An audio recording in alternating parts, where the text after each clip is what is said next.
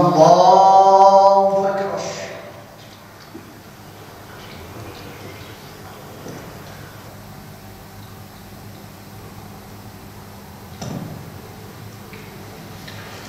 Allahu Ekber. Allahu limen hamidah. Allahu Ekber. Allahu Ekber.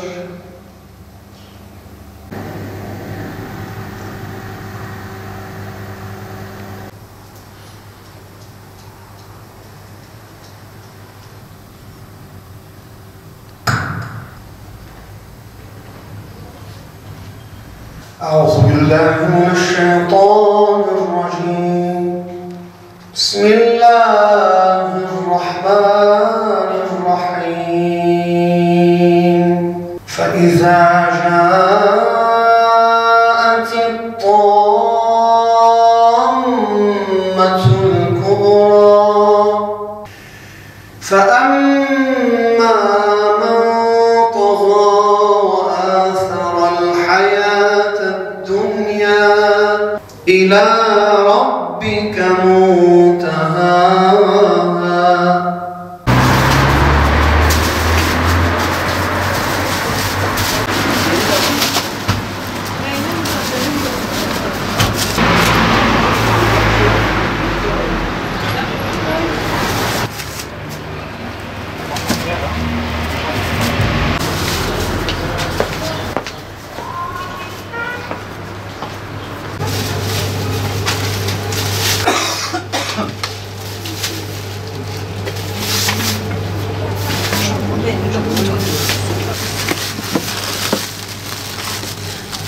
Kahvaltılığına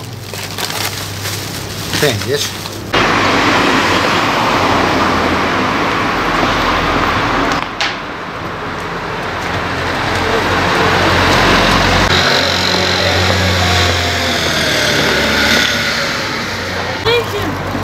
aleyküm selam amca. Geçelim. Gel lan hocam. Biz arabayla gelelim. Olur hocam.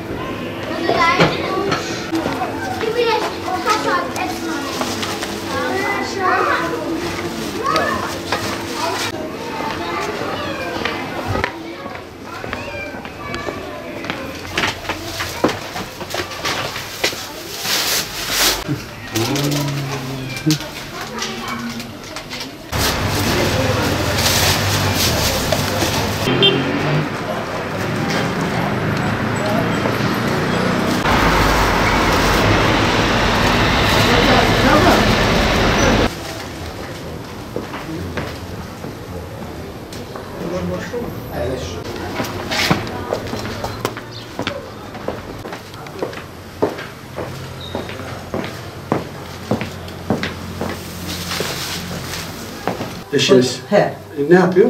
balon sat. Balon satıyor. Nerede şuna? Çarşılarda. Çarşıda. 7 tane çocuğu var ablamızın. Sindo mu? Ne demek Sindo?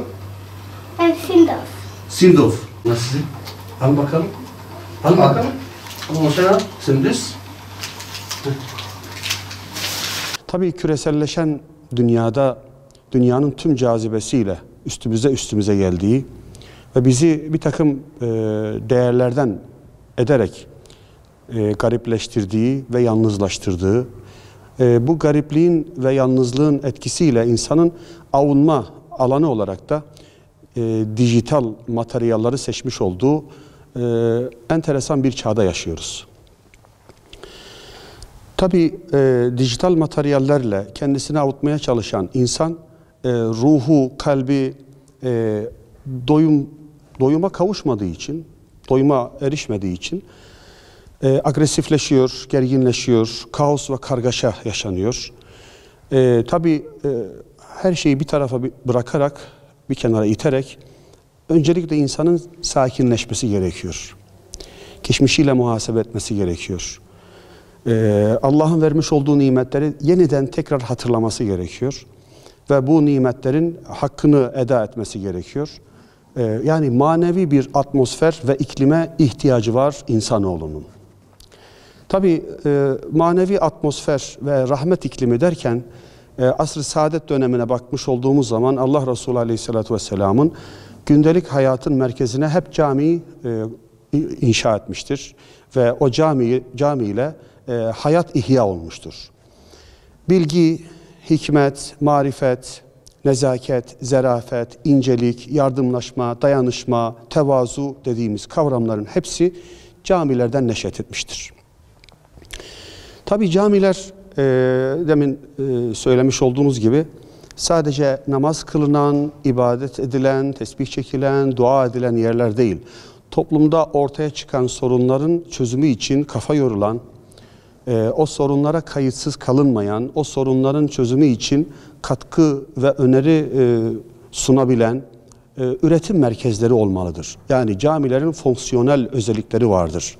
İnsan camiye girdiği zaman edeple girer, sevgiyle, şefkatle, merhametle, nezaketle, hikmetle, merhametle, adaletle yoğrulur ve bu değerlerle lütufla döner ve bu değerleri hayatının tüm alanlarına taşımaya çalışır. Tabii camiler mahallelerin kalbi, şehirlerin ruhu hükmündedir.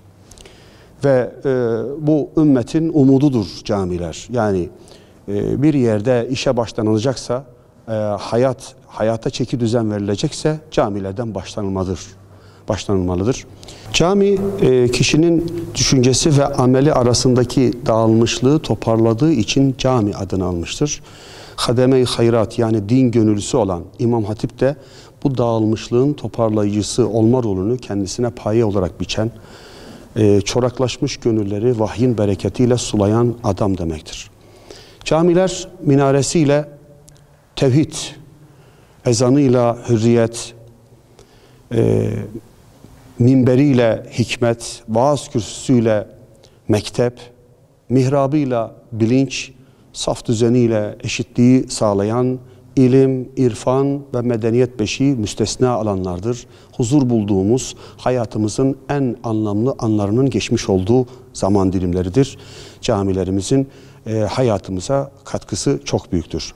Hayat denizinde bazı savrulmalar yaşasak da, bazı sıkıntılar baş gösterse de insanın asli unsurlarına tekrar yeniden dönüp o değerlerle hemhal olması ve hayatını o değerlerle istikametini çizmesi muazzam bir durumdur. Tabii cami dediğimiz zaman hayata yön veren, toplumda yaşanan sorunlara kayıtsız kalınmayan, o sorunların çözümü için problemleri çözebilecek düzeyde erdemli şahsiyetlerle istişare esaslı birlikteliğin oluşumuna sebebiyet verecek merkezlerdir demiştik camiler. Tabii etrafımızda olup bitenlere kayıtsız kalamayız. Aç gördüğümüz zaman giysisi olmayan arkadaşlarımızı, kardeşlerimizi, vatandaşlarımızı gördüğümüz zaman bunlara kayıtsız kalmamız mümkün değil. Komşusu aç iken tok yatan bizden değildir düsturunu canlı tutmamız gerekir. Dolayısıyla çevremizde fakir ailelerimiz var. Tespit etmiş olduğumuz, fakirliklerini tespit etmiş olduğumuz 88 ailemiz var. Adil Sani Konukoğlu Camii olarak işte toplumda eğer bir yara varsa o yaraya merhem olamıyorsak, bir gözyaşını silemiyorsak, bir düşmüşü kaldıramıyorsak, bir açı doyuramıyorsak o zaman varlığımızın hiçbir önemi yoktur. Varlığımızı hissettirmemiz gerekiyor. Dolayısıyla Gazi şehrimizde fakir tespit etmiş olduğumuz fakir ailelerimize arkadaşlarımızın, cami cemaatimizin bahusus Gazi şehrimizde hayrı ve hasenatıyla maruf olan Sayın Abdülkadir Konukoğlu Beyefendi, Sayın Adil Sani Konukoğlu beyefendilerin destekleriyle bu hizmetlerimizi sağlıklı bir şekilde yürütmekteyiz. Hamdolsun 88 ailemizin kış sezonunda kömürlerini almaktayız, sobalarını almaktayız, Giysileri yoksa giysilerini temin etmekteyiz. Erzakları yoksa erzaklarını, koltuklarını, halılarını temin etmekteyiz. Tabi dediğimiz gibi ayet-i kerimelerde işte açı doyurun, yoksulu, miskini doyurun derken bunu fiili olarak icraata dökmemiz de gerekiyor. Dolayısıyla caminin mimari yapısını şefkat eline dönüştürerek topluma dokundurmaya, merhametle dokundurmaya çalışıyoruz.